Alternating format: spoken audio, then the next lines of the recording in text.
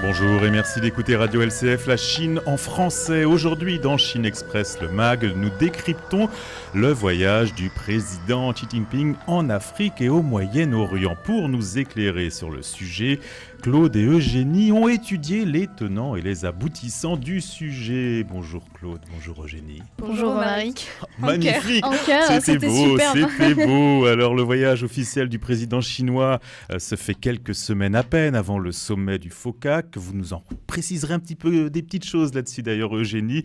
Un sommet qui se déroulera à Pékin en septembre prochain. Pour rappel, lors du sommet de 2015, le président promettait d'investir 60 milliards de dollars en Afrique. Un voyage qui a commencé le 19 juillet dernier, qui s'achèvera demain, ce mercredi 27 juillet. Alors peut-être un peu plus tard, vers le 27. Il y a une petite escale, enfin on va reparler de tout ça. Donc ça va s'achever avec le 10e sommet des BRICS en Afrique du Sud. Eugénie, vous reviendrez d'ailleurs sur le sujet un peu plus tard. Alors en général, la Chine est souvent accusée de s'intéresser à l'Afrique pour ses minerais, ses terres arabes, mais il est possible de noter que les pays que visite le président ne sont pas forcément réputés en Afrique pour être des terres riches. La Chine est le partenaire privilégié des pays africains, mais le continent compte aussi beaucoup pour l'Empire du Milieu. Il permet d'une part d'écouler l'excédent commercial, mais aussi de s'approvisionner en matières premières et appuyer sa suprématie mondiale. Alors pour l'heure, voyons un peu comment s'est déroulé ce voyage. Il s'est divisé en 5 étapes qui ne sont pas encore terminées. L'île Maurice, l'Afrique du Sud, le Rwanda, le Sénégal et les Émirats arabes unis. Eugénie, avant, vous vouliez préciser une petite chose sur le FOCAC, le sous-forum, le sous-sous-forum du forum. On va trouver parmi ces poupées russes. Oui, alors en fait, cette tournée en Afrique du président Xi Jinping, elle vient en amont du prochain forum sur la coopération sino-africaine qui aura lieu en septembre à Pékin. Et en amont de cette tournée, il y a trop de choses qui se déroulent en amont, il y a un sous-forum de ce forum qui aura lieu en septembre, qui a eu lieu en mai dernier. D'accord. Et c'était le 7e forum sino-africain des think tanks, pardon pour ma prononciation en anglais, et qui était l'occasion pour plus de 350 experts et journalistes chinois et africains de se réunir en Chine pour discuter autour d'un thème, la politique de réforme et d'ouverture et les relations sino-africaines. Donc au moment même où la Chine fête ses 40 ans de politique de réforme et d'ouverture. Et donc à cette occasion, ils ont tous reconnu l'interdépendance des économies chinoises et africaines. Et alors notamment, il y a des experts chinois qui ont préconisé à l'Afrique de rechercher par elle-même donc son propre modèle de développement, tout en invitant la Chine, bien sûr, attention, à l'accompagner dans sa transformation et à développer, par exemple, notamment le commerce électronique avec les pays africains.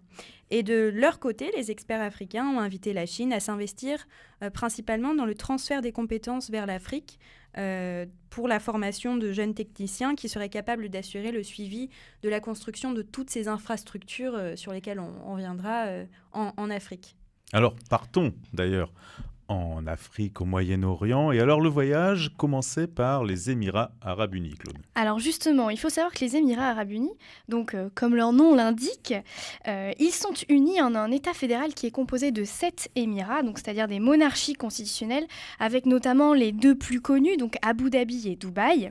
Ouais, vous ne citerai pas les autres. Bon, alors c'est vrai que je ne voudrais pas quand même, écorcher. Écorchons. Allons-y. Alors, Sharhat, Al-Kaiwan, Ajman, Ras El Khaimah et Fujairah. Voilà. Excusez-moi pour la Chers prononciation. Chers auditeurs, n'hésitez pas à commenter Surtout, sur notre site, à nous reprendre. Ça nous fait toujours une bonne leçon, ça nous fait plaisir. Alors, donc, ça nous fait rire aussi, certainement. Ça commence comme ça. Alors, et dans ce régime politique donc, des Émirats, on précise que le pouvoir est héréditaire. Oui. Alors du coup, la Fédération des Émirats a été fondée en 1971, après le départ des Britanniques. Et depuis novembre 2004, la présidence de la Fédération est exercée par le cheikh Khalifa bin Zayed Al Nahyan, qui est l'émir donc d'Abu Dhabi. Oui, est-ce qu'ils alternent, c'est ça, la tête des Émirats. Donc, les Émirats arabes, ça représente à peu près 83 000 km². Donc, la capitale politique, c'est Abu Dhabi. Et il faut dire qu'en plus de leur richesse terrestre plutôt, les Émirats bénéficient d'une place stratégique au Moyen-Orient parce qu'ils sont placés au carrefour, en fait, des routes maritimes dans le golfe Persique. Donc l'économie des Émirats arabes unis est essentiellement basée sur l'exploitation du pétrole. Quelle surprise. Voilà, exactement. Hein. Et la majorité d'ailleurs du pétrole se situe à Abu Dhabi. Donc, ce qui est très important par rapport à sa place au sein des Émirats, au sein de l'État fédéral. Mais il y a aussi énormément de services aux Émirats arabes unis. Donc là-bas, on y parle principalement l'anglais, dû à la colonisation britannique et arabe, mais aussi d'autres langues comme l'hindi, l'ourdou, le tagalog et le persan. Le chinois aussi, peut-être ? Alors peut-être dans quelques années à venir, puisque pas encore. Voilà, on ne sait pas. Il y a des cours forcément, puisqu'il y a une politique chinoise aux Émirats arabes unis dont on va reparler. Mais pour revenir juste à quelques petits éléments clés, donc là je les ai piochés sur le site de la diplomatie française. Je crois que vous allez me dire Wikipédia, j'ai non. peur. De bonnes donc, références. En moyenne, juste il faut savoir que le PIB par habitant est de plus de 38 000 $ en 2016 aux Émirats arabes unis. Donc voilà, c'est un pays qui est assez riche, donc la richesse due au pétrole. En ce qui concerne sa politique, donc depuis les révolutions arabes de 2011, la fédération, qui était jusqu'alors assez neutre et discrète, est beaucoup plus affirmée, notamment face à la question donc, des chiites, qu'elle perçoit notamment comme une menace, parce qu'il faut savoir que la religion sunnite concerne tout de même plus de 90% de la population, 96% pour être plus précis. Et les Émirats sont membres de la coalition au Yémen menée par l'Arabie saoudite depuis 2015. La fédération s'est aussi forcément préoccupée par la montée en puissance de l'Iran. Voilà. Et du coup, depuis l'an dernier, les Émirats se sont rangés, encore une fois, aux côtés de l'Arabie saoudite, du Bahreïn et de l'Égypte, donc sur la question du Qatar. Ouais. Donc Iran, Qatar, et puis les religions, bien sûr, donc des questions qui sont assez connues, on entend souvent parler dans nos médias français et dans nos médias internationaux. Donc c'est le premier pays pour la visite de Xi Jinping. Mais alors, est-ce que c'est un symbole ou est-ce que c'est simplement pratique, c'était sur la route ? Alors justement... Pour le dire un peu crûment.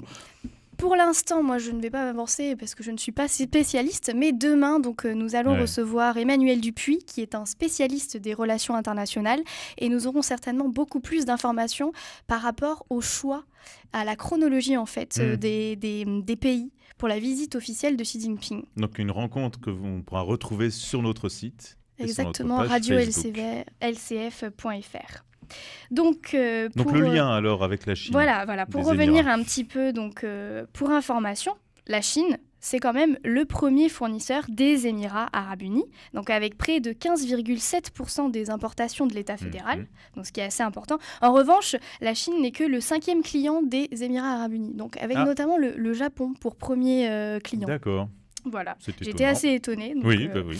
Voilà, donc l'ambassadeur des Émirats, donc Ali Obaïd Al-Daeri, espérait d'ailleurs avec cette visite que les échanges, qui s'élèvent actuellement à 50 milliards de dollars, doubleraient dans les 10 années à venir. Donc voilà, en mai dernier, il y a eu une visite aux Émirats, donc c'était un représentant chinois, donc Yang Jiechi, qui a annoncé que la Chine avait toujours considéré les Émirats arabes unis comme une priorité au Moyen-Orient. Alors pourquoi ? Il ne s'est pas exprimé très clairement, mais il y a une chose qui est sûre, Romaric. Oui, c'est qu'il y a de plus en plus d'expatriés chinois qui partent travailler aux Émirats arabes unis. Et alors notamment, encore une fois, à Abu Dhabi et à Dubaï. Donc les chiffres parlent de 200 000 Chinois qui travailleraient aux Émirats. Mais il y a aussi beaucoup de touristes. Des touristes donc, qui sont par le luxe, très attirés par le luxe. C'est exactement ce qu'on vend surtout à Dubaï, parce que Dubaï, c'est quand même la capitale commerciale économique des Émirats arabes unis, avec 9,3 millions de touristes chinois qui ont visité exactement Dubaï. Donc voilà, hein, c'est quand même très important. Et alors, donc, suite à cette visite, il y a eu des accords commerciaux, je suppose, voilà, qui ont été signés. Il y a pas mal d'accords commerciaux qui ont été signés. Donc, en amont de cette visite. Ah oui, évidemment. Et comme puis, souvent. Après cette visite, donc, ces accords commerciaux qui sont destinés à renforcer les relations politiques entre les deux pays. Donc, suite à des discussions qualifiées par les journaux chinois de très intensives. Qu'est-ce que ça peut bien vouloir dire? Attention. Voilà, ça a dû être de belles et grandes discussions. De très grandes discussions, certainement, c'est sûr. Alors, donc, du coup, ces accords, ils sont concentrés sur de nombreux projets, notamment dans le secteur de l'énergie, des technologies et des infrastructures. Et ils espèrent que d'ici quelques années, ce sera une coopération qui sera encore plus élargie. Donc, après la visite de 3 jours de Xi Jinping, la Chine et les Émirats, donc, qui, je le disais, avaient déjà conclu des accords pétroliers et commerciaux, ils ont donc signé 13 accords, notamment bilatéraux, qui ont qui notamment se concentre sur tout ce qui est pétrolier. Voilà. Ouais. Étonnamment. Oui. Donc, et notamment, il y a eu un accord assez important entre la compagnie pétrolière nationale d'Abu Dhabi, l'ADNOC, bien connu. l'ADNOC, et la China National Petroleum Company, donc plus connue sous l'acronyme de la CNPC ou CNPC. PC, voilà, exactement. Donc, le géant chinois vient d'acquérir une participation de 10% dans 2 champs pétrolifères d'Abu Dhabi pour une durée de, attention, 40 ans, et ce, pour un coût de plus d'$1 milliard, donc ce qui est quand même incroyable. D'accord.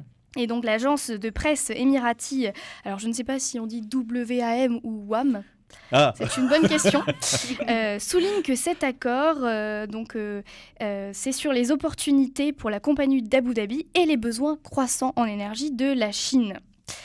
Donc, cette compagnie pétrolière d'Abu Dhabi a aussi annoncé avoir attribué 2 contrats d'une valeur de 1,4 milliard d'euros à BGP Incorporated, donc une filiale du CNPC, ou de la CNPC, pardon. La compagnie CNPC. Pétrolière chinoise.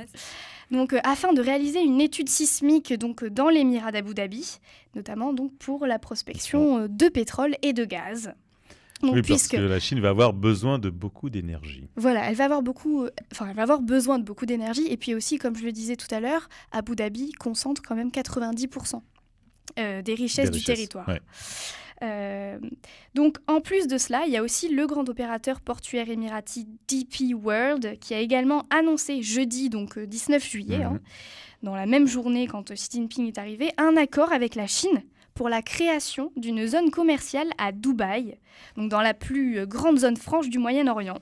Et ça s'inscrit évidemment dans le projet des routes de la soie. Oui. Et comme je le disais tout à l'heure, c'est toujours aussi parce que c'est un emplacement stratégique. Donc justement pour les routes de la soie, donc ici plutôt la route maritime.